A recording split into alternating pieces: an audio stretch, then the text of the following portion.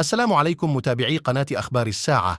تتعرض القناة يوميا إلى كم هائل من التبليغات أدت إلى الحد من انتشار الفيديوهات. المرجو منكم دعم قناتكم التي تعنى أولا وآخرا بالدفاع عن المغرب وتنوير الرأي العام بكل ما يتعلق به بخطوات بسيطة هي كالآتي: تسجيل الإعجاب بالفيديو، الاشتراك في القناة، وتفعيل التنبيهات، ثم التعليق على الفيديو، وشكرا. Mauvaise surprise, les gens étaient déprimés par cette défaite. Un peu comme le football en Algérie est plus qu'un sport. C'est un défouloir collectif, c'est un exutoire social, pratiquement, ça fait partie des piliers de la stabilité morale et psychologique, pas politique, hein, morale et psychologique du pays. Le football a toujours été un refuge pour fuir la sinistrose du quotidien et les frustrations provoquées par les problèmes socio-économiques, politiques du pays. Là, je vais m'aventurer, ce que je vais oser faire, ça va peut-être déranger, ça va soulever des critiques, ça va soulever des remarques désobligeantes, ou là, ça va causer, ça va faire des polémiques. Mais là, j'aimerais bien vous inviter à un débat. Débattons doucement, réfléchissons. Dans les 5 dernières années, on a encaissé quand même beaucoup de désillusions et beaucoup de défaites dans de nombreux secteurs. Et j'aimerais vous poser la question suivante. Est-ce que vous ne seriez pas d'accord avec moi et Anas? Il y a mes compatriotes, il y a mes confrères et mes consoeurs. Est-ce que vous ne serez pas d'accord avec moi pour vous dire qu'il y a une ambiance nationale tellement malsaine, qu'il y a un climat national tellement déprimant, qu'on n'est plus motivé, qu'on a perdu la capacité en Algérie de remporter des victoires. Surtout dans tous les secteurs. Si on analyse la situation actuellement déprimante de notre pays, parce qu'il faut dire la vérité, le régime algérien essaye de nous faire croire que tout va bien, que la nouvelle Algérie est en train de se construire, que tout se redresse, que tout va pour le mieux dans le meilleur des mondes possibles, et que l'avenir est meilleur, et que les indicateurs sont au vert. Et finalement, la réalité, elle est autre. Franchement, nous avons le nombre de défaites que nous avons essuyées, que ce soit dans le domaine sportif, dans le domaine politique, dans le domaine culturel, dans le domaine économique, dans le domaine social, durant ces 5 dernières années, qui sont le premier mandat de Tebboune, c'est quand même impressionnant. C'est quand même vraiment démoralisant. Il y a une ambiance nationale qui nous démoralise. Il y a un climat favorable à la défaite qui n'est pas favorable à la victoire. Je m'explique. Les pays qui avancent, qui progressent, qui gagnent, qui remportent des victoires, ce sont souvent des pays où ils sont stables. Il y a des politiques ambitieuses, il y a des dirigeants qui sont populaires ou légitimes, il y a un projet national qui est porté, qui a l'adhésion de la population. Ce sont des pays où il y a une ambiance qui emprunte de dynamisme, d'ambition. Il y a un espoir qui fait vivre les populations, qui fait bouger la population. Il y a de la ferveur nationale, de l'ardeur. Et là, en Algérie, les 5 dernières années, chauffe-vous. On nous a promis d'intégrer les BRICS. On a échoué. On a été recalé des BRICS et ça a été une désillusion fin août 2023. On était candidat pour organiser les Coupes d'Afrique des Nations. On s'est retiré à la dernière minute parce qu'on avait découvert qu'on avait accusé le Maroc ou les lobbies israéliens, les lobbies marocains de vouloir saboter l'Algérie. On n'a pas pu ni remporter l'organisation de la Coupe d'Afrique des Nations 2025, ni celle de 2027. L'échec de la participation de l'Algérie à la Coupe d'Afrique 2023, 2024, c'est ça? La Coupe d'Afrique à Côte d'Ivoire, c'était quand il y a 2023 normalement. 2024, oui, mais elle était prévue pour c'est l'édition 2023 qui a eu lieu en 2024. C'était au début du mois de janvier, c'était entre janvier et février 2024. Une élimination atroce, etc., qui nous a tellement démoralisés. Et qu'est-ce qu'elle a dévoilé? La défaite des éliminatoires pour la Coupe du Monde, ça commence mal. Ça commence très très mal avec une défaite chez soi. C'est pas le fait qu'on a l'habitude, on a déjà perdu face à la Guinée. Le problème n'est pas là. La Guinée nous avait déjà battu il n'y a pas longtemps de cela, il y a quelques années de cela, nous avait battu au 5 juillet. J'avais assisté au match, le 2-0. C'était une belle équipe de la Guinée à l'époque. Donc c'est pas nouveau. Mais le problème, c'est une succession d'échecs. Cette succession d'échecs qui intervient dans un contexte politique, économique assez spécial. Sur le plan politique, pas de BRICS. Nous avons beaucoup de problèmes. On a échoué à faire intégrer, à concrétiser les accords d'Alger en 2015 au Mali. On a des problèmes de gestion de nos frontières et de bonnes relations avec le Niger. Au niveau du combat que mène le régime algérien autour du Sahara occidental pour obtenir la reconnaissance et le règlement définitif du conflit du Sahara occidental, il n'y a pas eu d'avancée majeure. L'Espagne nous a tourné le dos et on a rompu pratiquement nos relations avec elle. La France est en train de se rapprocher du Maroc alors qu'elle était du côté de l'Algérie de 2021 jusqu'à 2023. La communauté internationale ne s'est pas mobilisée pour autant autour de la question du Sahara occidental. Alors sur le plan politique et diplomatique, le conflit que nous avons eu avec les Émirats arabes unis n'a mobilisé personne. Personne n'a été solidaire avec nous pour lutter contre les Émirats. On s'est rapproché du Soudan, on s'est rapproché de Kais Saïed en Tunisie, on a essayé d'entraîner la Mauritanie, on a voulu faire le Maghreb sans le Maroc, ça n'a pas réussi. Puisque les Libyens et les Mauritaniens n'ont pas marché, n'ont pas foncé avec nous, n'ont pas accepté ce principe. Et vous le savez, ce qui s'est passé, la réunion tripartite à Tunis, avec les leaders tunisiens, algériens et libyens. Ça s'est passé il y a de cela un mois. C'était la première réunion consultative entre l'Algérie et la Libye. Voilà, ça s'est passé en avril 2024. Et ça n'a pas donné ça n'a pas donné quelque chose d'extraordinaire, puisque le lendemain de cette réunion, les représentants officiels de la Libye sont partis voir les Marocains, les autorités marocaines, pour les rassurer, pour leur dire que la Libye ne va jamais cautionner un Maghreb sans Maroc. Avec les Émirats, quand personne ne nous a suivis, nos alliés traditionnels, la Russie, a approfondi ses relations avec les Émirats, elle a aggravé, elle a renforcé, elle a construit des relations encore plus solides avec les Émirats qu'avec nous. La Chine, la même chose. Il y a pas beaucoup les désillusions sont très nombreuses. Sur le plan économique, j'en parle pas. L'échec de la lutte contre l'inflation. La vie est toujours extrêmement chère en Algérie. Il y a eu une petite baisse, mais la vie est toujours bien. Après 3 années successives d'une inflation à 2 chiffres, on n'a pas remédié totalement à certaines pénuries. On règle la pénurie des médicaments, on a la pénurie de l'eau potable. On règle la pénurie de l'eau potable, on a la pénurie des voitures. On essaie la pénurie des voitures, on n'a jamais pu la régler. On se retrouve dans la pénurie de certains produits d'électroménager et produits électroniques. La liste, elle est longue. La désillusion politique. Les libertés publiques et individuelles n'ont pas été restaurées. On nous a promis une nouvelle Algérie où il n'y aura pas de prisonniers d'opinion. Il y a beaucoup de détenus d'opinion. On nous a promis une nouvelle Algérie où la justice serait indépendante. La justice n'a jamais été aussi instrumentalisée, aussi complice du pouvoir en place. N'a jamais été aussi esclave, entre guillemets, des décideurs politiques et militaires.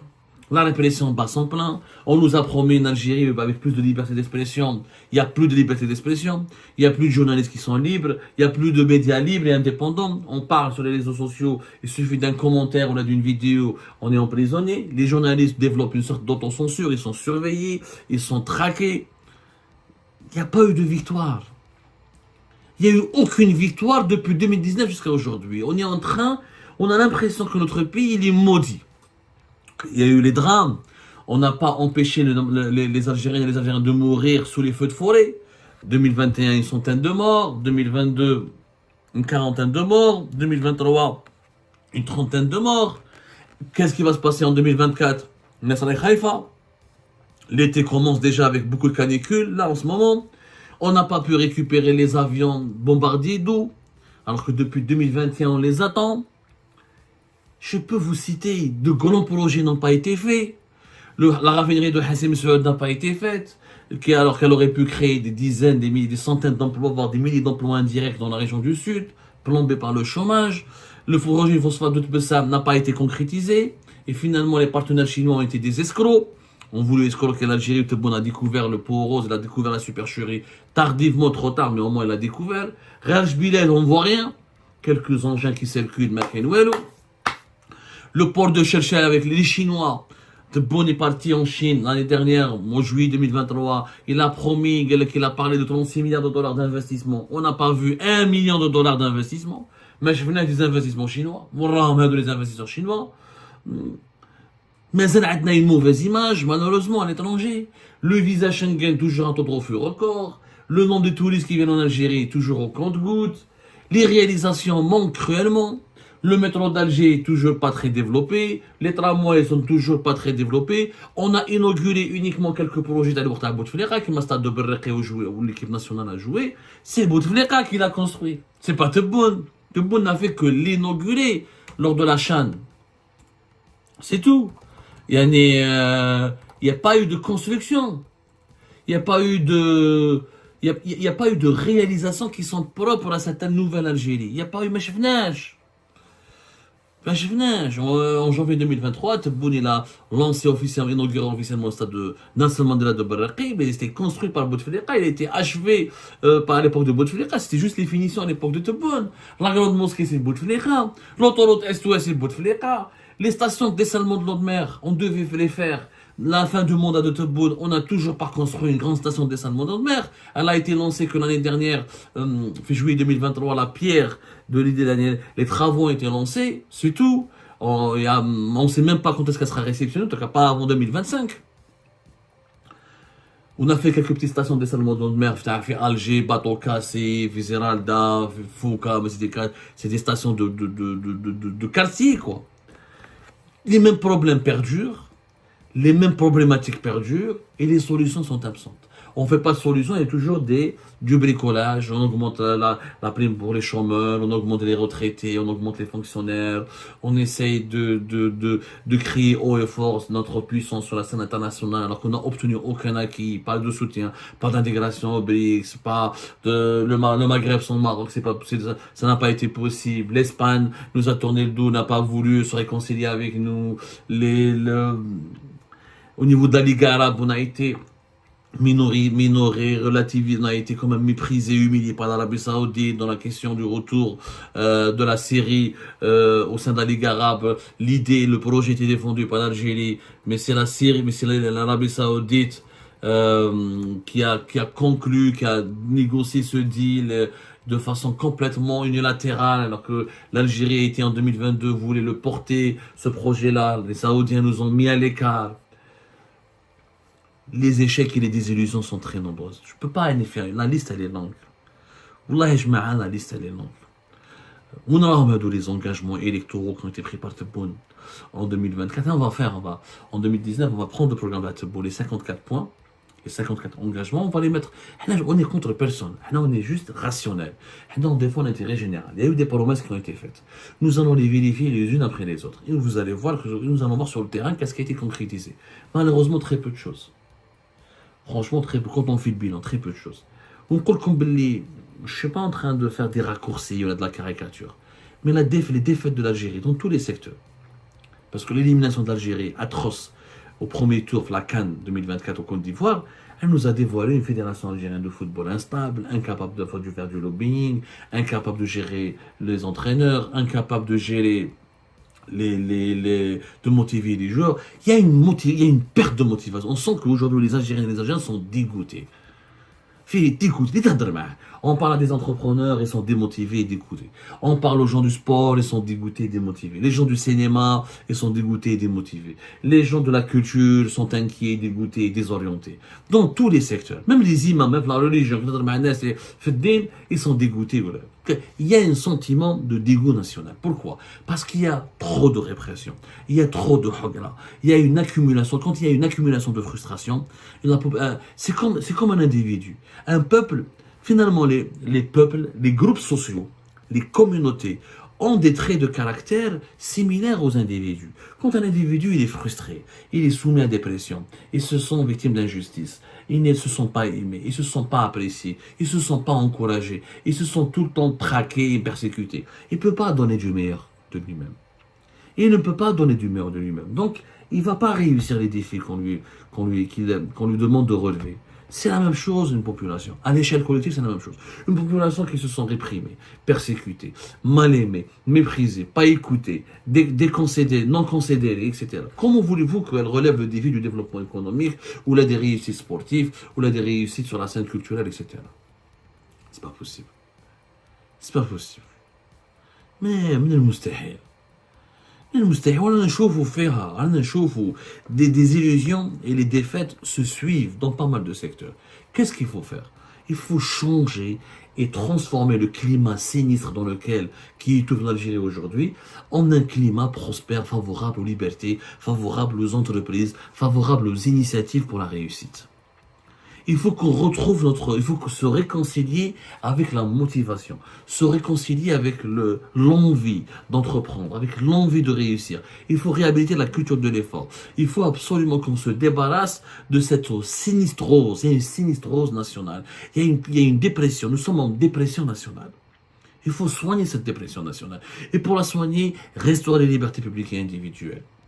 Restaurer, respecter la liberté d'entreprendre. Ouvrir le pays au reste du monde. Arrêter de faire de l'Algérie une prison à ciel ouvert. Motiver les individus. En développant les libertés individuelles et publiques, on va motiver les individus. Et investir dans l'humain.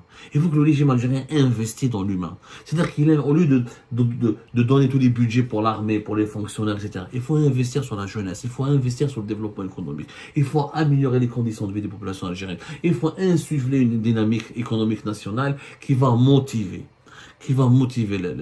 la population, qui va pousser la population à aller toujours de l'avant, à donner le meilleur d'elle-même. Les grands exploits sportifs et culturels ne traduisent que le rayonnement économique et politique d'un pays. Il y a une relation directe. C'est rare que vous allez trouver un pays pauvre, un pays en faillite, un pays en crise, et qui réussit sur le plan sportif et sur le plan culturel. C'est extrêmement rare. Faut dire, c'est une vérité.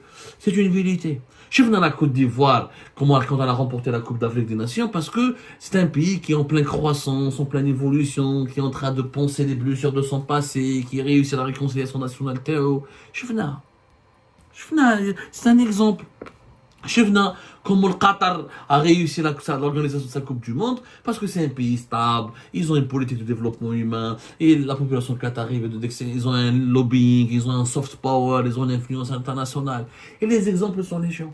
D'ailleurs, vous allez voir, durant les Jeux Olympiques, ça arrive les Jeux Olympiques de Paris bientôt, entre août et on va voir comment les athlètes algériens, est-ce qu'ils vont briller. Vous allez voir les mauvaises conditions. Vous allez voir que nous allons assister à pas mal de désillusions, à pas mal de défaites, parce qu'on aura des athlètes qui sont mal préparés, démotivés, pas suffisamment encouragés et encadrés. Il faut soigner cette dépression nationale pour qu'on puisse retrouver l'Algérie qui gagne, l'Algérie qui triomphe, l'Algérie qui avance. Je vous la différence entre l'Algérie d'aujourd'hui et l'Algérie de 2010 à 2014. 2010, qualification pour la Coupe du Monde. 2014, deuxième tour. L'ambiance qu'on a fait, l'Algérie était prospère économiquement. Il y avait de l'enseigne pour les jeunes. Il y avait des nouvelles infrastructures. On était en train de réceptionner l'autoroute Est-Ouest. On a réceptionné le métro, on a inauguré le métro d'Alger. On avait fait des stations de dessalement de l'eau de mer qui m'appelle Hamma. On avait fait des routes, des nouveaux carrefours. Le pays était en train de changer.